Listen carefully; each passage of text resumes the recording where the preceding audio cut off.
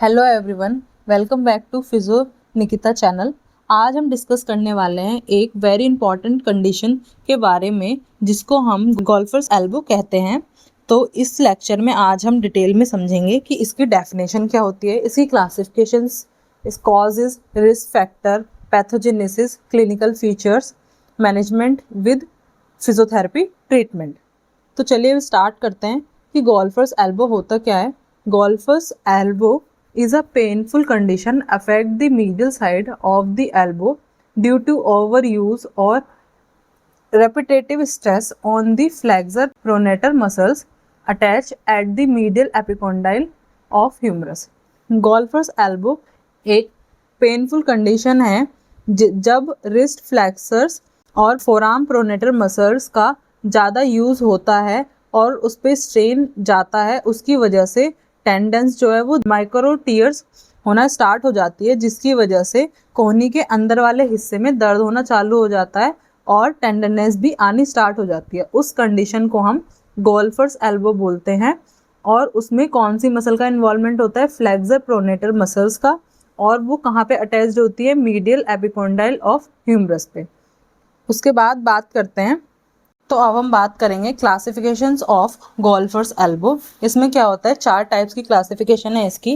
पहली acute golfer's elbow, दूसरी chronic golfer's elbow, तीसरी ऑक्यूपेशनल टाइप और फोर्थ स्पोर्ट्स रिलेटेड टाइप्स। तो जो पहली है एक्यूट गोल्फर्स एल्बो, इसमें क्या होता है? सडन पेन स्टार्ट हो जाता है। स्टार्ट कोई रिसेंट इंजरी हुई हो तो एक्यूट में आ जाता है, या फिर कोई इन्फ्लेमेशन हुई हो एल्बो के अंदर, या फिर पेन पेशेंट को स्टार्ट हो जाता है ड्यूरिंग दी एक्टिविटी, कोई हाउस होल्ड वर्क कर रहा है तो वो जो नई इंजरी होती है और उसमें इन्फ्लेमेशन ज़्यादा हो जाता है उसको हम एक्यूट गोल्फर्स एल्बो बोलेंगे। दूसरी है क्रॉनिक गोल्फर्स एल्बो। उसमें क्या होता है? लंबे समय से खड़े रह के काम करने की वजह से हो जाता है। टेंडन में डिजनरेशन हो गया तो वो क्रॉनिक में आएगा, या फिर फाइब्रस हो गया तो उसकी वजह से। और भी बहुत सारी कंडीशंस होती हैं जो कि क्रॉनिक गोल्फर्स एल्बो में आ जाता है। क्रॉनिक कंडीशन जिसको बोलते हैं जिसमें टेंडन का डिजनरेशन और स्टिफनेस डेवलप हो जाती है, उसको हम क्रॉनिक गोल्फर्स एल्बो बोलते हैं। ठीक। तीसरा है ऑक्यूपेशनल।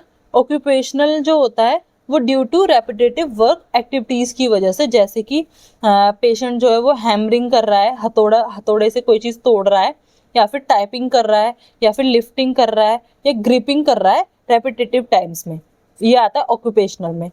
फिर फोर्थ है स्पोर्ट्स रिलेटेड, जैसे कि पेशेंट बैडमिंटन खेलता है, या फिर क्रिकेट में बॉलिंग करता है, या फिर गोल्फ खेलता है, उन सब चीज़ों में ये इंजरी हो सकती है, ये प्रॉब्लम आ सकती है। ठीक। उसके बाद बात करेंगे कॉजेज की। कॉजेज जो हैं वो भी 5 टाइप्स के हैं।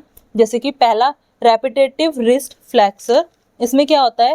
रेपिटेटिव रिस्ट बेंडिंग की वजह से स्ट्रेस पड़ता है टेंडन पे, जिसकी वजह से ये प्रॉब्लम हो सकती है। ठीक।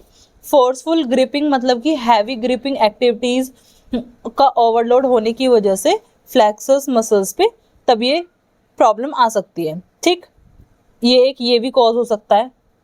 इम्प्रॉपर स्पोर्ट्स टेक्निक्स, जैसे कि हमने कोई क्या कहते हैं रॉन्ग स्विंग मैकेनिज्म कर लिया तो उसकी वजह से भी ये दिक्कत हो जाती है। Fourth, muscle imbalance. जो फोरआर्म की मसल्स हैं वो वीक हो जाती हैं और टेंडन पे स्ट्रेस ज़्यादा पड़ता है, उसकी वजह से भी ये भी एक कॉज हो सकता है। Fifth, poor ergonomics. उसमें क्या होता है? बैड पोस्चर की वजह से भी ये दिक्कत हो सकती है। ठीक। उस चीज़ का भी ध्यान रखना है। अब उसके रिस्क फैक्टर्स क्या क्या होते हैं? एज रिलेटेड फैक्टर होता है। ठीक है। दूसरा, रेपिटेटिव मैनुअल वर्क की वजह से, पुअर वार्म अप की वजह से, सडन इंक्रीज हो जाता है इन दी एक्टिविटीज़ में पेन, या फिर डायबिटिक की वजह से, ओबेसिटी तो नहीं है पेशेंट को, इसकी वजह से फोरआर्म की जो मसल्स हैं वो वीकनेस हो जाती है, उसकी वजह से भी हो सकता है। अब बात करते हैं पैथोजेनेसिस क्या होता है। पैथोजेनेसिस के स्टेप्स क्या क्या होते हैं?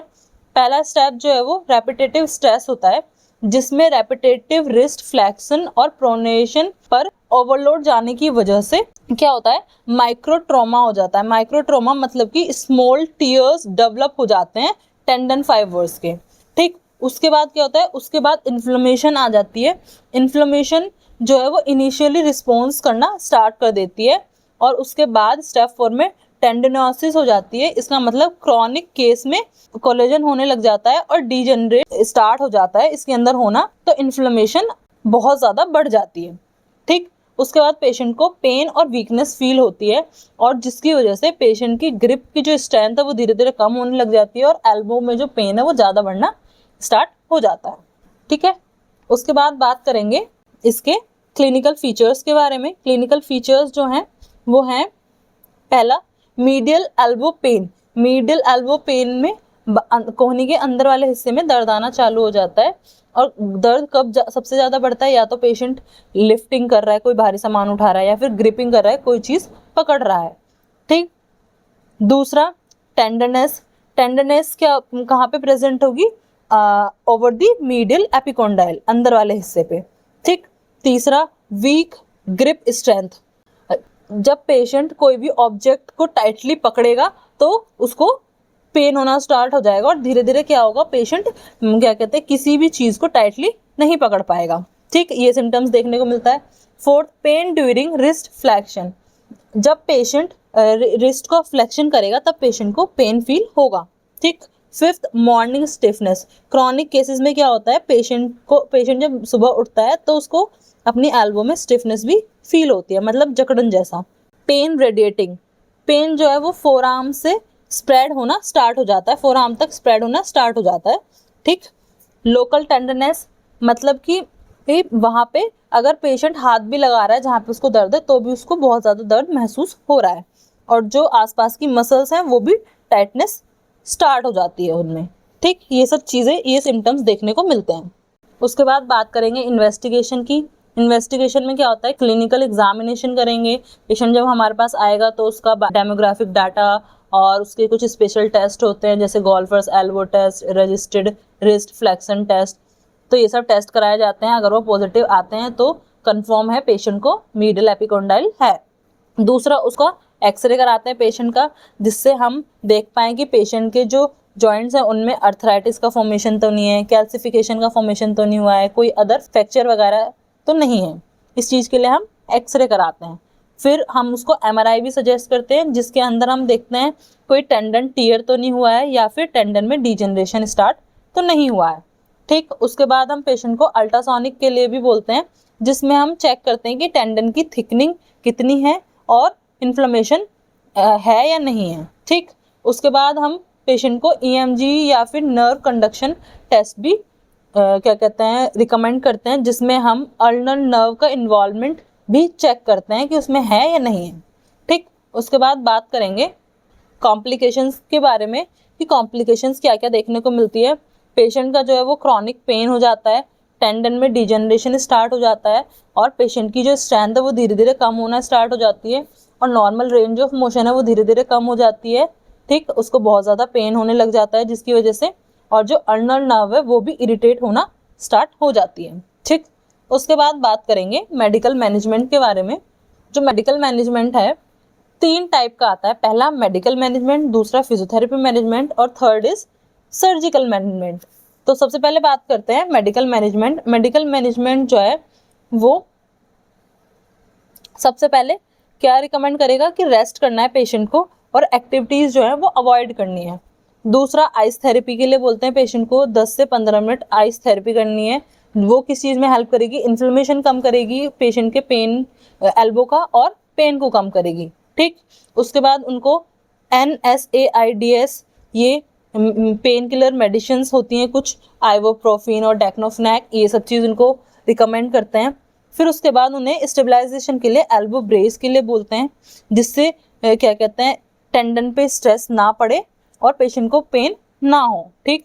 अगर फिर उसके बाद स्टेरॉइड के इंजेक्शंस भी लग जाते हैं थोड़ा टेम्परेरी पेन रिलीफ के लिए अगर पेशेंट को बहुत सीवियर पेन है तो। और उसके बाद PRP इंजेक्शंस भी होते हैं जिसमें प्लाज्मा प्लेटलेट रिच प्लाज्मा जो है वो प्रमोट करता है हीलिंग के लिए, तो ये भी हम रिकमेंड करते हैं, ठीक। उसके बाद बात करते हैं दूसरे पार्ट के बारे में, फिजियोथेरेपी मैनेजमेंट के बारे में। जो फिजियोथेरेपी मैनेजमेंट है उसके अंदर हमारे ना कुछ गोल्स होते हैं। जब पेशेंट हमारे पास आता है, सबसे पहला पेशेंट का पेन कम करना है, प्रमोट करना है हीलिंग को, इम्प्रूव करनी है फ्लेक्सिबिलिटी और इंक्रीज करनी है मसल स्ट्रेंथ। ठीक, इन चीज़ों का हमें ध्यान रखना होता है। और रिस्टोर फंक्शन, जैसा उसका पहले हाथ काम कर रहा था वैसा कर पाए, और प्रिवेंट करना है रिकरेंस और ज़्यादा दिक्कत ना हो पेशेंट को। फिजियोथेरेपी ट्रीटमेंट स्टार्ट होता है। फिजियोथेरेपी ट्रीटमेंट में क्या होता है, पेन रिलीफ मोडालिटीज़ लगाते हैं। जैसे कि सबसे पहले क्रायोथेरेपी करेंगे पेशेंट की, जब पेशेंट एक्यूट स्टेज में होता है, वो बहुत ज़्यादा यूज़फुल होती है। उसके बाद हम पेशेंट को अल्ट्रासाउंड थेरेपी कराएंगे, जो कि क्या कहते हैं, सर्कुलेशन और इम्प्रूव करती है हीलिंग में। ठीक, टेंस के लिए रिकमेंड करेंगे, जो कि पेन को रिलीफ करने में हेल्प करता है। ठीक, IFT भी लगाएंगे पेशेंट को अगर रिक्वायरमेंट है तो, वो पेन और मसल स्पाज्म को भी रिड्यूस करती है। ठीक है, उसके बाद बात करेंगे स्ट्रेचिंग एक्सरसाइजेस के बारे में, जिसमें हम पेशेंट की फ्लेक्सर स्ट्रेच करेंगे। इसमें ये इसका क्या बेनिफिट है, जो मसल की जो टाइटनेस है उसको रिड्यूस करेगा। ठीक, उसके बाद हम स्ट्रेंथनिंग एक्सरसाइजेस कराएंगे, जिसमें क्या कहते हैं, पहली जो एक्सरसाइज होती है वो आइसोमेट्रिक एक्सरसाइज होती है, इनको हम अर्ली स्टेज में कराते हैं। ठीक, ई सेंटरिंग जो एक्सरसाइजेज होती हैं ये मोस्ट इफेक्टिव होती हैं कब, अगर पेशेंट को टेंडनोपैथी हुई है तो। ठीक, तब कराते हैं ये वाली एक्सरसाइज। फिर उसके बाद हम ग्रिपिंग स्ट्रेंथनिंग एक्सरसाइज कराएंगे। इसमें क्या होता है, हम सॉफ्ट बॉल लेंगे या फिर हैंगर ग्रिपर लेंगे, जिससे हम पेशेंट को एक्सरसाइज कराएंगे और जिसकी वजह से जो फोरआर्म की जो मसल्स हैं उसमें स्ट्रेंथ आना स्टार्ट हो जाएगा। उसके बाद मैनुअल थेरेपी के लिए पेशेंट को बोलेंगे, उसमें क्या होगा, सॉफ्ट टिश्यू मोबिलाइजेशन करते हैं और सुपरफिशियल मायोफेशियल रिलीज कराते हैं। जैसे टाइटनेस वगैरह है तो उसमें सुपरफिशियल लेयर पे जो टाइटनेस आ रखी होती है या डीप जो टाइटनेस है वो धीरे धीरे रिलीज आउट हो जाती है, और जिससे पेशेंट का पेन भी ठीक हो जाता है।